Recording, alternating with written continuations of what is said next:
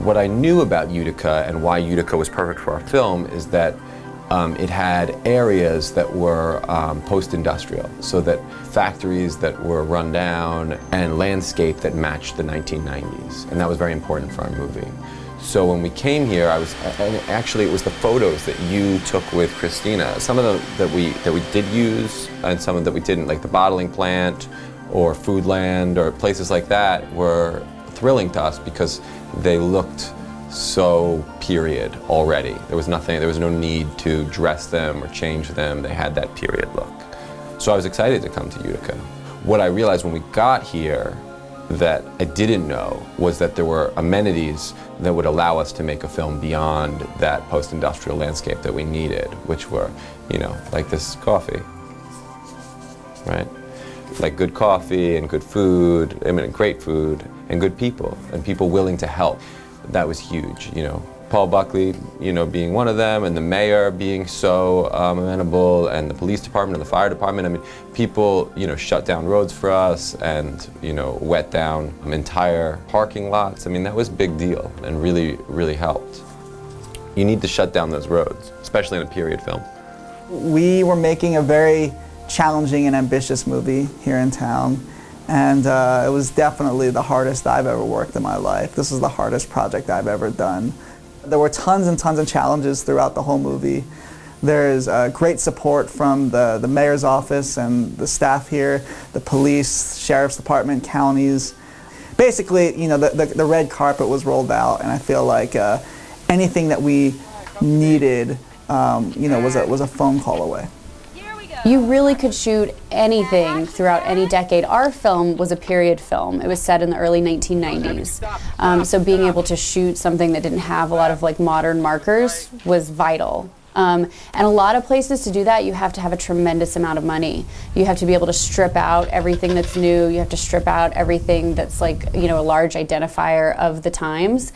And that wasn't the case here. You're able to actually come here and put, money into things like your, crew and living and gear and what goes on the screen. A lot of art department stuff went into this film, but it didn't have to go into just getting to a basic, a basic starting point of believability. We didn't even have to build up to that. We just already were able to start there, and then we were just able to elevate it artistically from there. Yeah, the locations have been incredible. I think near Broad Street, all the factories were unbelievable. There was just a plethora of beautiful stuff that we, I'm still disappointed that we didn't get all of it on film. There was stuff down under bridges that I loved, trellises that I loved. There were, just city streets that I thought were just fantastic. And I thought that it was so rich and so beautiful, and you couldn't production design that stuff in a million years. Pieces that we used, the highway over Dyke Road was incredible. When you took me to Lions Falls, that really knocked me on my ass. I think that was, that's a really special location, a location that, other films would fly thousands of miles to capture. And, there it was, our river and our, post-industrial lake were both in the same location. It was really lovely. And it was, remote and easy to lock down, and the people were great, and it was just unbelievably beautiful. We were really lucky. We took it very seriously that we were able to source and find local production assistants, and also interns and grips and electrics, anybody that we could find local, for a couple of reasons. One, nobody knows how to do business here like they do, because they grew up here and they know the area very well. But also, I grew up in an area that is in Oklahoma. I grew up in Oklahoma. That's an area where there are not a lot of films come through, and I had to fight really hard to find opportunities to work in film so that I could ever, start climbing that ladder. And I had to go to New York to find it. And I think as much as we can bring these kinds of things out of the production hubs as possible, then the more filmmakers we can recruit, the more filmmakers we can train, and the better it'll be for everybody. So we did work with a lot of local talent that were really, really wonderful, and we're looking forward to hiring them again in February. Well, as the director, I'm not intimately involved in the locking down of spaces, but I do know that if I asked for something, my producers were able to get it for me, and they would say, just call Paul Buckley. That's what they would say first.